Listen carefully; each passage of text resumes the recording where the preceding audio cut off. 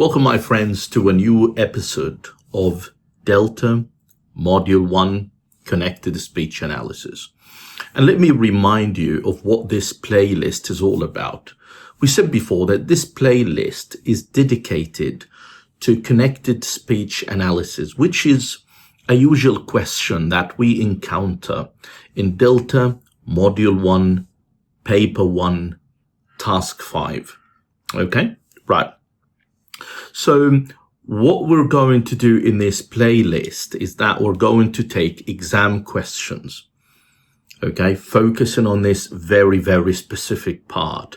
And we're going to go through the connected speech analysis together, explaining that and showing that as a sort of help for people who intend to sit for Delta Module 1 exam. But also remember that even if you're not going to sit for Delta Module 1 exam, I believe you're going to find this helpful somehow, when it comes to developing your own pronunciation, or maybe helping you with teaching connected speech to your students. Oh, I hope that. Right. So, in today's episode, we've got a new test, and actually it is, as you see, December 2009 exam. So let's have a look first at the question, okay, about connected speech that was in this year. Let's have a look. So the exam question says, comment on the form, meaning/use, and pronunciation of the multi-word verbs in bold in the following extracts. And in the exam in this year, okay, students were given 3 phrasal verbs. So, do you hurry out for the day? So, hurry out. And then a satisfying bowl of OT Bix helps to gear you up for the day ahead. So, gear you up. And then time is spent chopping up fruit and nuts. So, chopping up. So, 3 phrasal verbs: hurry out, gear you up, chopping up. So now, my friends, let's go to the first phrasal verb and let's try to analyze it together. Let's do that. So we have here, do you hurry out for the day? Now the question says, analyze the pronunciation. The question didn't say, analyze features of connected speech. Some might say, Shady, does that make a difference? Oh yeah. Because if the question says, analyze features of connected speech, then your answer has to be limited to features of connected speech. But the question didn't say that. The question said, analyze the pronunciation. So that would make your answer more general, which also means that you will be able to generate more points. So point number 1 that we can mention here is actually the pronunciation of the verb hurry, because it has 2 different pronunciation, one in American English and one in British English. The American pronunciation of hurry is hurry. Okay, so that's the point that you can mention. And of course, you have to include your phonetic transcription in the answer. Now that leads us to the British pronunciation of hurry, which is hurry, like that. So we have hurry in American English and we have hurry. Okay, good. What else? We can also mention the word stress. So if we look at the verb hurry is made up of 2 syllables. Hurry. Okay. Now, which syllable is stress is actually the first part, the first syllable. So the stress goes on the first syllable, which is ha. Okay. Right. Now, another feature that we can talk about is actually intrusion.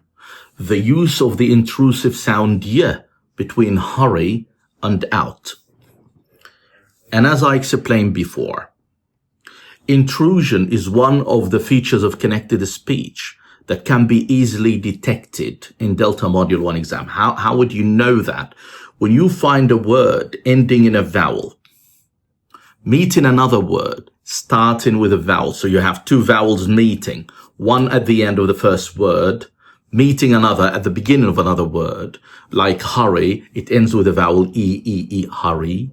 Okay? Meeting out, a vowel ow, diphthong in out. Now, when these two meet, there must be an intrusive sound used in between. And we have three intrusive sounds. We have the w, we have the y, and we have the ra. And the ra is used mostly in British English, right? The y and w are used in both American English and British English. Now, what are the rules? When the first vowel, okay, is rounded, you use w. When it's unrounded, you use y. When the first vowel is one of these three options, either r or o or the schwa sound, then you will use r as an intrusive sound. Now, let's think about what we have now, which is we have hurry and we have out. Now, what is the vowel at the end of hurry? Hurry. Look at my lips. Hurry. So unrounded. Now, as long as it is unrounded, like hurry, unrounded, followed by a vowel, then we're going to use the intrusive yes sound. So we're going to say hurry out, hurry out. Okay? So intrusion then. Now, and here is the transcription, hurry out. Now, another one, which is phrasal verb stress, and the particle out receives the main stress. You say, do you hurry out? Do you hurry out for the day? So out receives, okay, a main stress here. Good. Now let's go to another point in the exam. And it says here, a satisfying bowl of Oatibix helps to gear you up for the day ahead. And again, think about the verb gear. Now, it has two pronunciations. One in American English, which is gear, gear, gear. Because, in American English, you don't have the diphthong ear. So Americans would not say, of course, when I say in American English, I say in general American, most places. But it's very hard in pronunciation to generalize. Okay, but we say that it's gear. Okay, because they don't have the diphthong ear. Ear is a diphthong that exists only in British English. Okay, so, and that takes us to the British English pronunciation, which is gear, gear, ear. So we have gear and we have gear. Okay, good. Now, what else can we add? Now, think about it. Gear you up. And I said before, when we have a functional word, so there is a good possibility that we can talk about weak forms in the exam. And do we have one here? Yes, we do. We have you. Okay, so you can have the weak form you. Okay, so that's it. Weak form of you. And this is how you write it in the exam with the transcription. Then we have here you meeting up. Now think about that. Again, we've got two vowels meeting.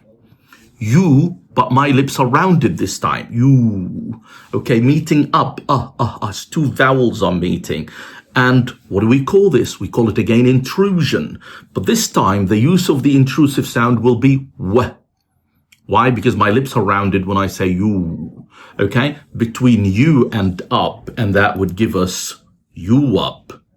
So gee you up, you up. So you wup, wup. Okay, good.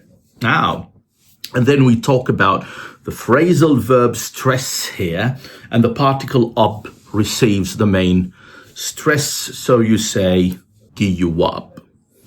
Good. Now let's go to the last part, okay, in today's episode.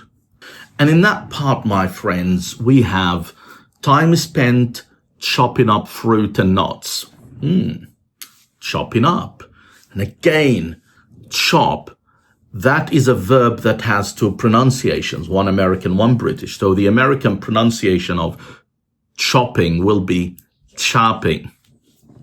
Okay. And the British one will be chopping, which is, one of the main differences between American English and British English in so many words. British people would say God, Americans would say God, so, and that goes to chop and chop. That's something you can mention. And then we have chopping up, chopping up. Oh, what do we have here? We have a consonant meeting a vowel. So we said when a vowel meets a vowel, this is intrusion. But when a consonant meets a vowel, this is catenation. Now, what is the consonant here? It's the velar ing, in chopping, chopping, ing. That's a velar nasal, right? Meeting what? Meeting the vowel in up. So we can say catenation between chopping and up, which means that you're not going to put a glottal voice in between, like you're not going to say chopping up. No, we don't want that. We want the students to say chopping up, chopping up. Okay, lovely. And then we come to the phrasal verb stress, and again, the particle up receives the main stress. Okay, wonderful. So my friends, it is obvious that there was a lot of focus here on catenation and intrusion, which is something that is common when you are asked about phrasal verbs, okay, in the exam. Right, so again, thank you so much. I hope you enjoyed this analysis of December 2009 Delta Module 1, Paper 1, Connected Speech Analysis. Thank you so much. See you again. Bye-bye.